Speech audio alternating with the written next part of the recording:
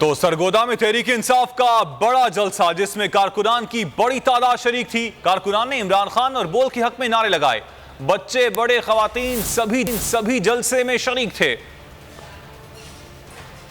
شہر میں کپتان کا میدان، جوک در جوک چلے آئے عام شہری اور کارکنان۔ عمران خان کے حق میں اور حکومت کے خلاف فلک شگاف نعرے لگے۔ بول نیوز زندہ باد کی آوازیں بھی گونجتی رہیں۔ کارکن بول کے حق میں نعرے والے پوسٹر بھی لائے تھے۔ کہا بول ہی ہے حق اور سچ کی آواز۔ حقیقی آزادی کی آواز کو عوام تک پہنچا رہی ہے بول نیوز، اور بول نیوز کی عوام جو ہے نا اس کی آواز کو دبایا جا رہا ہے۔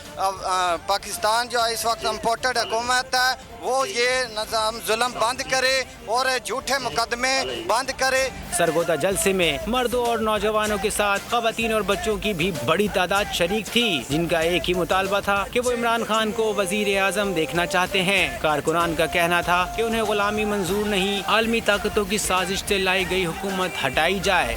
بول ایک بار پھر نمبر 1۔ سبسکرائب کریں اور بیل دبائیں تاکہ کوئی خبر رہ نہ جائے۔